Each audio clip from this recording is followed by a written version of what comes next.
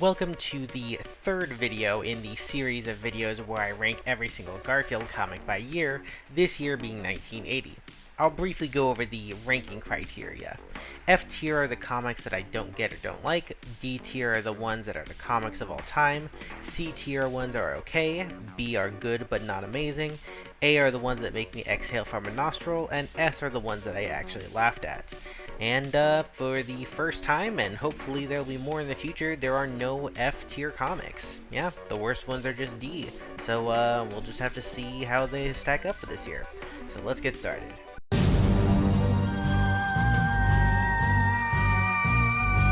Okay, so Garfield can sing one note. Cool.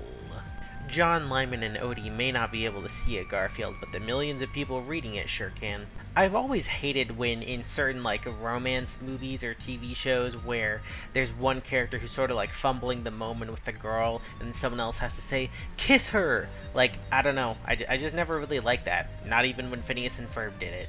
Now what I want to see is this 9-foot tall dieting gorilla go into the local Panera Bread. Going through the National Fat Week comics again, I just didn't really find most of them all that entertaining.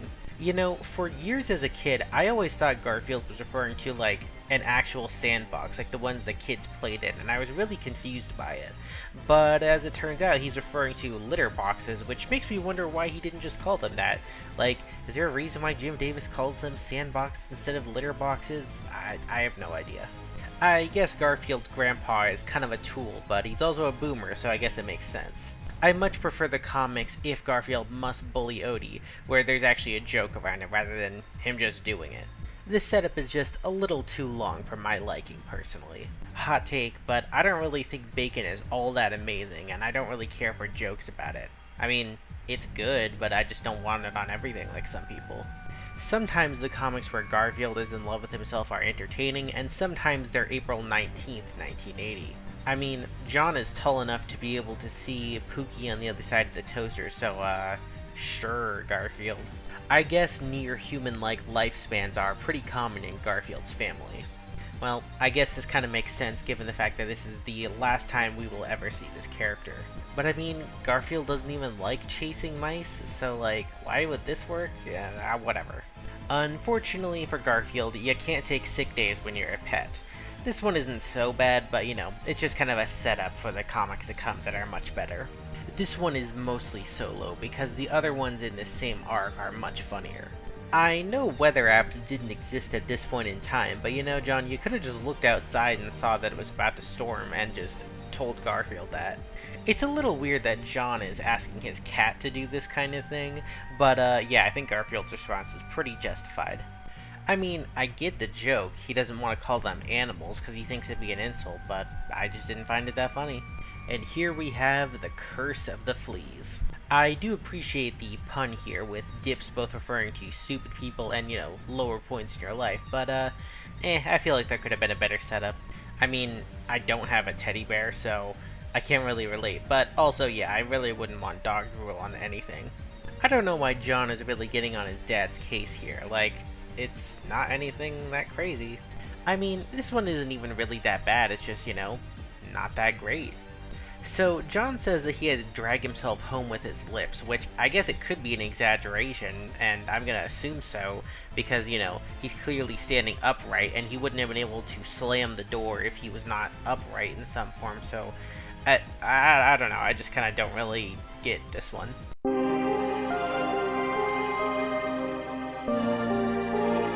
Who the hell eats raw cornstarch anyway, Garfield?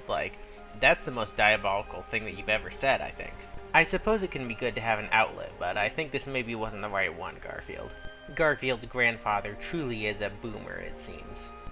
Who would have thought that cats had their own version of, Playboy models, and especially this one, which is literally just a yellow recolor of Garfield. John's misogyny arc will eventually end, I promise. If you think this is humiliating, boy howdy, you ain't seen nothing yet, Garfield. I mean, even if I smeared it on my own body, I honestly don't think I would want the lasagna after that, what? So, John was sitting in a chair that seems to disappear in the last shot, and they seem to be sitting in, the equivalent of a garden shed, so, huh? What's up with that? I mean, he's not wrong. It is, in fact, not Monday. They say that as a cat owner, you don't actually need an alarm clock because your cat will do it for you. Because, John, that's just how cats work. You should have known that by now. While the same could be said of cats, I think Garfield is just too proud to admit it. Garfield does a little bit of trolling, but I guess so does Liz. So, later on in the comics, we see a different cat who is also referred to as Garfield's grandfather, but in that one he's also stated directly to be the father of Garfield's mother, and since they're two different cats, I'm assuming that this is Garfield's paternal grandfather, and then later he meets his maternal one. I guess that they don't make cat dentures. So if John didn't let him in the house, what, did he just walk in? But it gets much worse when you start naming the lint ball. Not now, Pookie. Garfield's gotta go beat up a dog. I don't know about that one, Garfield. Have you seen some of the giant teddy bears that exist in the world? Well, I guess this means that it hasn't been poisoned yet. I mean, surely you saw that one coming, huh, Garfield?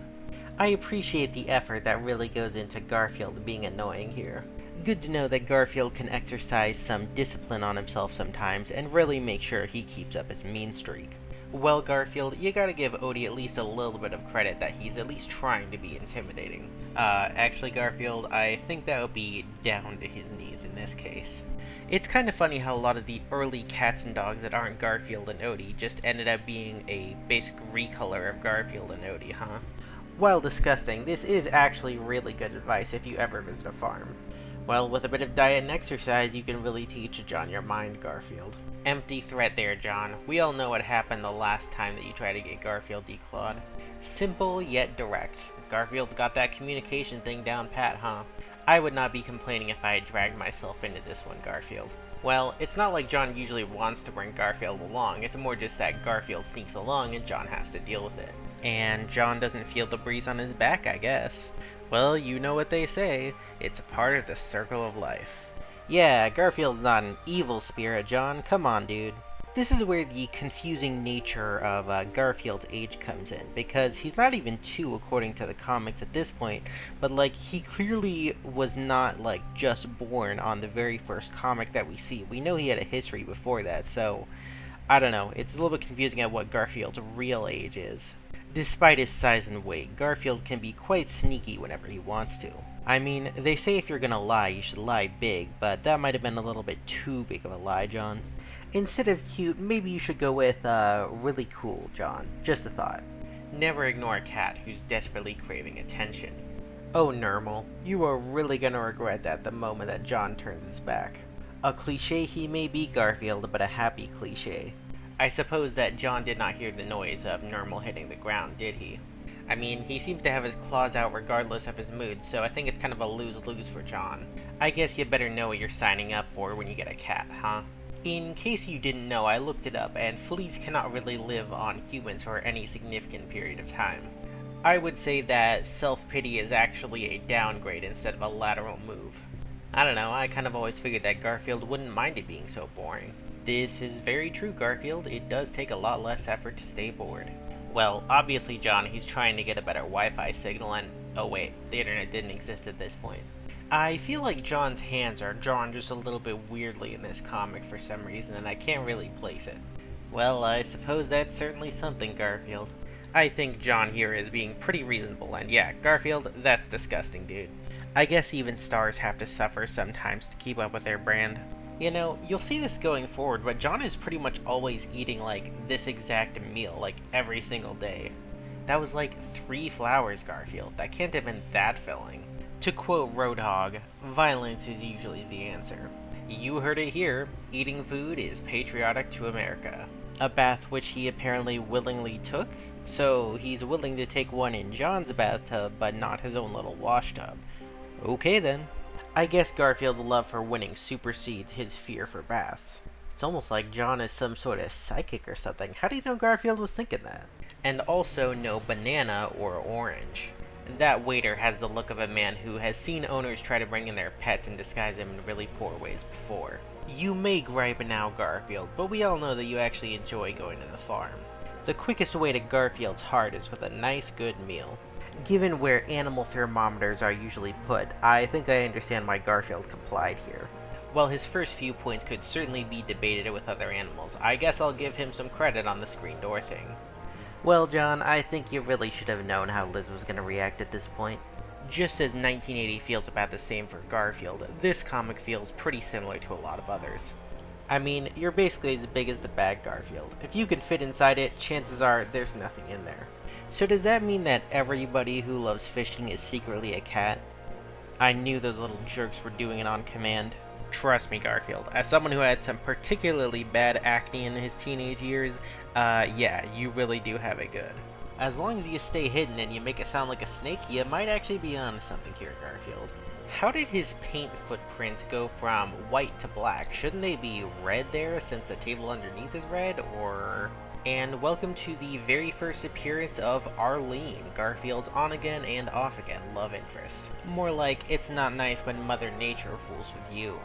Given how much John treats Garfield like a human, it's really funny how Garfield has this lucid moment of remembering that he is in fact a cat. Well, I guess it's time for this old lady to go get some new glasses. But the very first Leap Day comic in Garfield's history, and honestly, it's pretty mid. I mean, those cookies aren't that good, Garfield. I mean, like, they're fine, but they're not, like, worth a lot. I guess John doesn't understand the long history that the game of Flip has. Given that Garfield never participates in a cat show again, I suppose John wanted to have a 100% win rate record for Garfield. I guess this is Garfield's way of saying that it's about the journey, not the destination. See, Garfield, this is the sort of thing that triggers the events of the Spy Island in Poptropica. I guess you sure showed John, didn't you, Garfield? Oh, the simple pleasures of being a cat in a sunbeam. Why are their outfits completely white? Did Jim Davis just forget to color in their shirts and pants? I wonder if the Girl Scout, followed Garfield back home, but yeesh, Garfield. Looks like you almost lost your cool there, Garfield. Believe me, Garfield, this is one of the more tame examples of where food comes from. I really hope they're not attracted to Garfield in the way that the aftershave apparently seems to imply.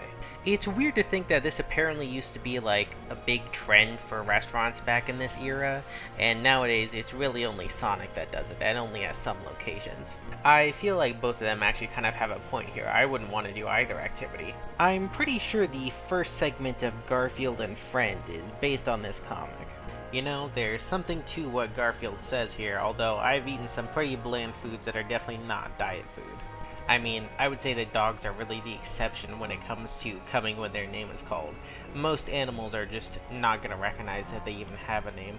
I don't know which year it actually first gets mentioned, but John's birthday is July 28th, and with Garfield's being June 19th and Odie's at August 8th, it means that all three of our main characters have a summer birthday. And I don't know if John is actually supposed to be 29 or 30 in this point, so yeah. Hi, Frank. Goodbye, Frank. We'll never see you again. I wonder if there was anything else playing that night, or if John really thought this was the right movie to impress Liz with. It might have been a joke, but John still appreciated that you were doing something nice, Garfield. And from this day forth, they called him Garfield the Savage. While the I had to walk uphill both ways in the dark in the snow to the bus stop every day joke works pretty well here, I don't understand the third panel.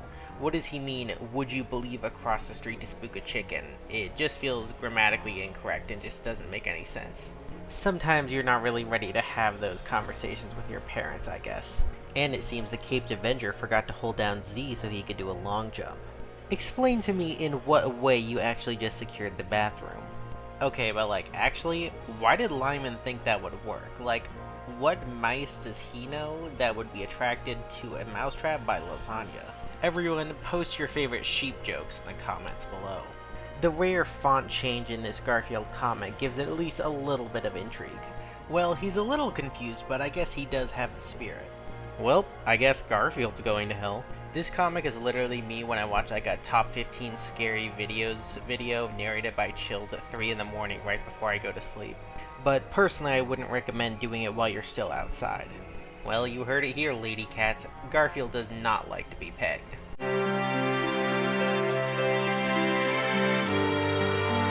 It's the case of the niceties! Oh no! Nice try, Jim Davis. I can see the outside in the second to last panel, and it's clearly not raining. You can't fool me, you hack. And here we have Arlene before Arlene. You know, Garfield's got us there. They should be able to. I'm not sure you can call whatever the heck that thing is Odie anymore. Garfield must have some incredible neck strength for that not to be choking him out right now. I'm pretty sure the famine was happening during the Great Depression, which was long before 1959. Okay, we all know he's being dramatic. He means he heard the scream over the phone. And, according to Garfield lore, almost ran Mama Leone's out of business. I think Garfield had plenty of time to leap down here, but I guess not. Sometimes all you need is a little bit of motivation. Something tells me that John and Liz are on two very different pages on how John is in her eyes. Well, at least John's honest that he could in fact make it through the night even if she rejects him. Given how John seems to overreact about things, I wonder if Garfield got his whole drama queen side from him. Kudos to John here, he managed to get Garfield without him figuring it out first. I think you should have known considering that John was not using the stove to make this quote-unquote soup.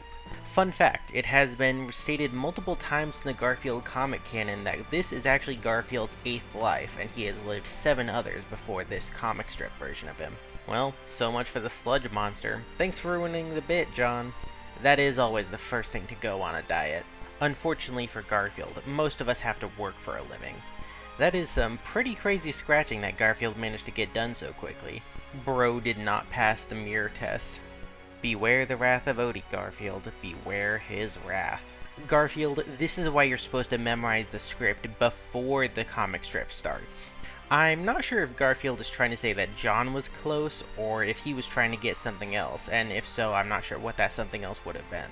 If anything, I'm just impressed. Like, Garfield is able to tie that bow tie, and Odie's ears are that long in the first place. This table ain't big enough for the both of us, Odie.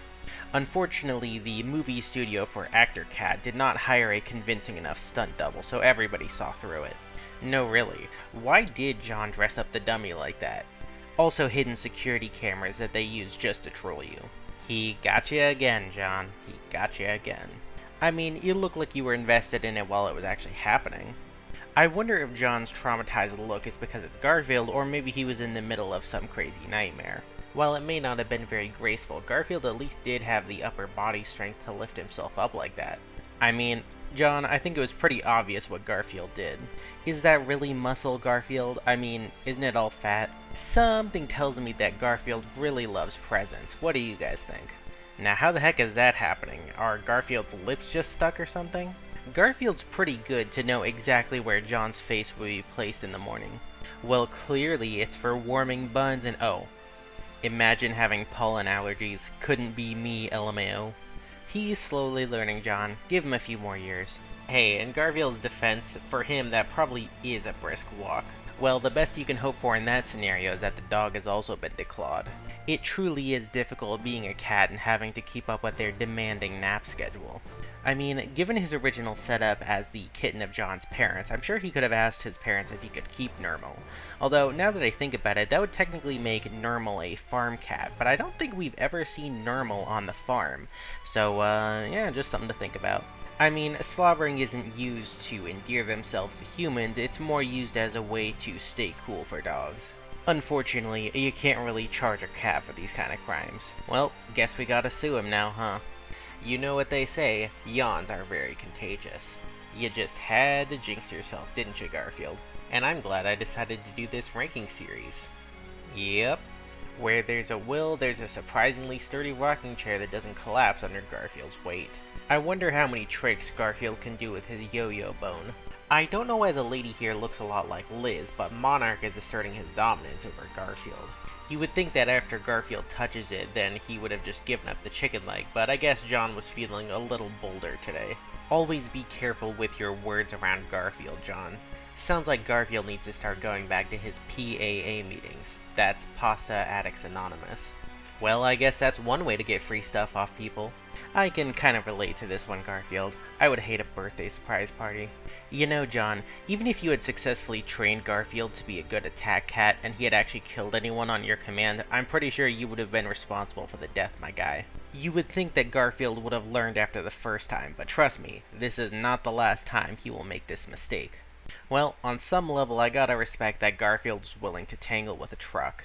They call it an endearing quirk, Garfield, you judgmental jerk. But I guess it's a valid strategy until that day, Garfield. When you're John Arbuckle, I guess you'll take what you can get with women.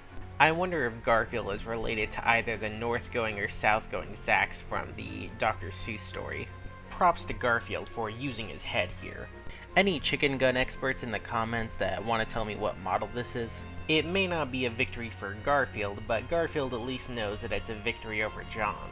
I suppose Odie is much more polite, so he actually begs rather than Garfield just taking. What say I rank this comic somewhat near the middle, huh? Well, so far according to the comic canon, Garfield's at least 2-0. Leave a comment below on what type of car you think Garfield would buy. I suppose it's both a blessing and a curse to have an official cat chauffeur. I guess he's getting his licks in now before New Year's. Even Garfield knows that he'd get destroyed in that kind of fight. Hey, kudos to this cat show guy here, that was a pretty funny joke. If anything, I'm impressed that John can hold up Garfield with just one arm given the constant jokes about Garfield's weight. That's an abnormally large coffee cup.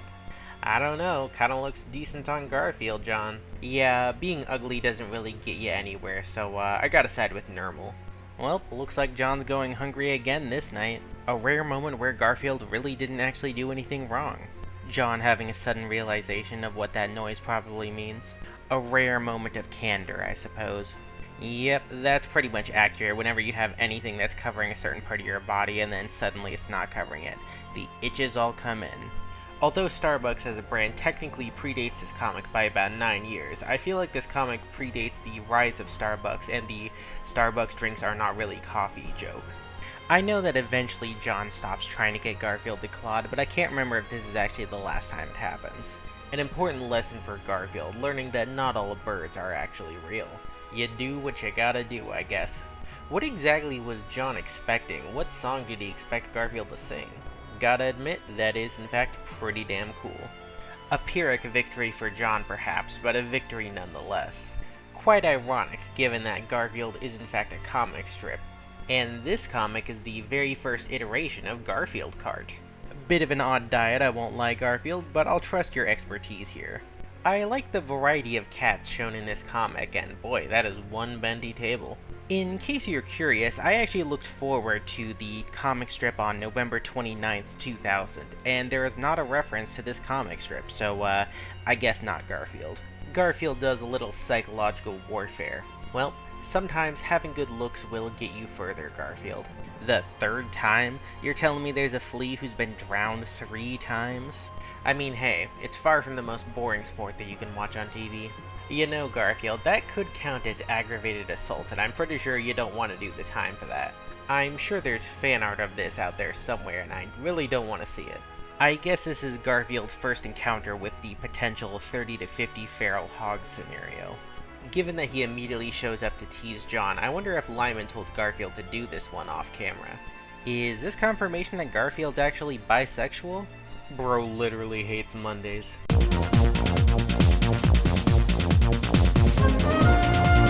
Guess it's ice soup for John again this meal, huh? Oh, Garfield, if you think television is bad in the year 1980, just look at where it is in 2025. Trust me, it's much worse. Normally I would have expected John to, react, but I guess he must have just been so stunned that he just didn't do anything. At least Garfield is aware of how this is gonna go. I wonder when John's gonna catch on. RIP to all the brother-in-laws out there. I hope you're not too mad about this one. Garfield wonders where the chair learned such violent tendencies, and the chair simply responds, "I learned it by watching you, Dad!" Well hey, at least Garfield realized his mistake before his grandpa could hit him with a zinger. The real solution is to use so much electricity that it rolls over to 0 so you don't actually have to pay anything. Trust me, that's definitely how it works. So in other words, just do the exact opposite of whatever John does. Got it. Well, this is one of the rare times where you don't have the upper hand, Garfield, so let John enjoy it while he can. You know Garfield, they call him Mr. Subtlety. Better check the TV programs now, John.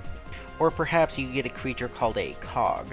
My question is, if this hypothetical mugger is 300 pounds with a club and really big, how is he hiding in the bushes in the first place? First of all, I know this is before the digital age, but seriously, how would you accidentally dial your own mother's number? And furthermore, how would you mistake her voice like this? John, that's just... I don't even know what to say to you, man. I think John didn't stop it because he wanted to see where it was going, and I'm impressed it worked too. I mean, I'm not sure how that really solves anything, considering Odie could still lick him with the bow tie tongue, but funny visual at least. That looks like an extremely uncomfortable position to be in, I won't lie. Don't worry, John, you guys live in the cartoon world, so by the next comic, it'll all be okay. Well, Garfield, if you can't hang on the screen door, I guess it's diet time. Don't worry, Garfield, you're far from the only person to have this type of glandular condition. Good job, Adam and Jamie. Myth confirmed. And somehow these two cats decided not to retaliate against Garfield here. Do you think Odie could have run around Garfield, or did he intentionally hit him like that on purpose? Points to Garfield here for at least attempting to be at least a little bit chivalrous. You know, I feel like that was probably deserved for Garfield. And now you're gonna have to go to the vet with a broken spine, Garfield. Goofy-ass expression with that thing tied around his lips. Maybe this is why Garfield is scared of having a bath. Maybe he's worried this will happen to him. If there's one thing that Garfield could never give up, it's show business. You know, a lot of cats, they make decisions, and that really didn't seem like a smart strategic decision right there. Behold, mouthful mode John. I guess he did it before Kirby. I mean, Odie seems pretty happy here. There were dog pounds 10 million years ago? Huh? Yeah, really. What the heck is up with cats, huh, John? Well, what goes around comes around, Garfield. I think you deserve this one. It may be phony, but Garfield will be damned before he loses a competition. Odie's got a pretty flexible body, all things considered, it seems. Odie has a slinky neck? What the heck? Free my boy Odie, he didn't do nothing. Why did Lyman's face just, like, completely cease to exist when John and Odie's didn't? Like, huh? Garfield casts vicious mockery. Perfectly balanced, as all things should be. I mean, there are much worse things to find in your punch, but I also kinda get it. Where the heck did it come from? Is it going upstream from the, like, grocery store? Then again, you might want to hope that the sludge monster is weak to sweet things, huh? If I were Garfield, I'd just be more impressed that that happened, and I'm not sure I could still be mad at that. It looks like Odie was doing that on purpose. Why was he doing that, you little troll? I suppose this is the city slicker equivalent of cow tipping. Hey, wait a minute. Those bunny slippers are clearly underneath a blanket as we can't see John's legs. But in the third panel, we can clearly see that there's no blue blanket. There's a purple one, but that's not how that works. I'm on to you, Jim Davis, you fraud. Therefore, it must be your wallet. That makes sense to me. Then take it. It's not my wallet. You did it to yourself this time, Garfield, sorry to say. I mean, technically all four of your limbs are feet, but I think I get what you mean. Delayed reaction for the funnies, I suppose. Another banger zinger from Liz the veterinarian. Now the real question is, what the heck is this fire hydrant connected to, given that it seems to be in the middle of nowhere? I mean, hey, dark meat is the best part of the chicken. And that was the last time that Garfield ever got to go to the zoo. Probably went out the window after they got wind of a cat who was mugging the fellow Girl Scouts. Garfield, did you like take an alcohol bath just before this? Is that why you got exploded? Good save there, Garfield, although I sure hope that dog next door survived. Actually, some pretty genius planning by Garfield, if he wasn't in the middle of his house. Oh, poor Nermal. Look at all the suffering you have to endure. The fleas have a midway? I wonder what kind of things they have there. I mean, honestly, I think this is way more impressive than playing with a ball of yarn. Ooh, yeah, remember when I said that Garfield's nickname was Mr. Subtlety? Maybe not, actually. Honestly, this one was kinda deserved, I think. R.I.P. Talking Scale Man, he was spitting facts, though. If cats really are doing this, then I bet it's not because of the food they're being given. And here we have a very rare instance of Odie saying something. I know there's at least one other time where Odie talks, but it's in one of Garfield's nightmares, so it doesn't really count. So I don't remember if it happens any other time aside from that time and this time, but I guess we'll see. How long has that water been in there for it to develop intelligent life like fish? Like, what the heck? Gotta admit, I really love the joke where his thought bubbles are stuffed up. I feel like Garfield should cut John a little bit of slack here. I mean, he did run as fast as he could. If there's a butcher out there with like a time machine to hunt prehistoric game to stock in their shop, then like, I want to go there immediately. And that's the danger of over scrubbing your cats, everybody. You might accidentally scrub off a stripe. I'm with Garfield. Preventing liver from being used in cooking is always for the best. John, you should just be grateful that Garfield's willing to stay in the bath at all. I'm sure any vocal coaches that are watching this video are proud to see that Odie in fact does do his warm-ups. R.I.P. Stone Age dog, I really miss him.